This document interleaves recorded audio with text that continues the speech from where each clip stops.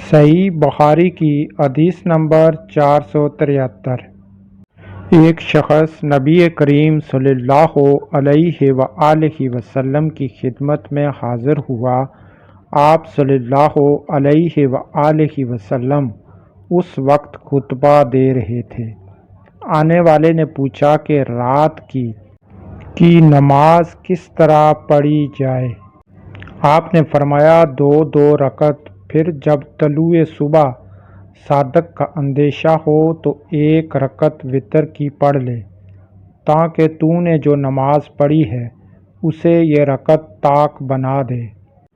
اور امام بخاری نے فرمایا کہ ولید بن کثیر نے کہا کہ مجھ سے عبداللہ بن عبداللہ عمری نے بیان کیا۔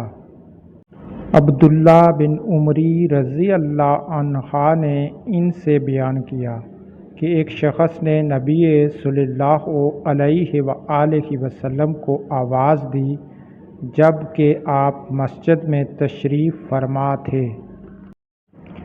صحیح بخاری کی حدیث نمبر 476۔ نبی صلی اللہ علیہ وآلہ وسلم کی زوجہ مطہرہ ام المؤمنین حضرت عائشہ رضی اللہ عنہا نے بتلایا کہ میں نے جب سے ہوش سنبھالا تو اپنے ماں باپ کو مسلمان ہی پایا، اور ہم پر کوئی دن ایسا نہیں گزرا جس میں رسول اللہ صلی اللہ علیہ وآلہ وسلم صبح و شام دن کے دونوں وقت ہمارے گھر تشریف نہ لائے ہوں۔ پھر ابو بکر رضی اللہ عنہ کی سمجھ میں ایک ترکیب آئی تو انہوں نے گھر کے سامنے ایک مسجد بنا لی۔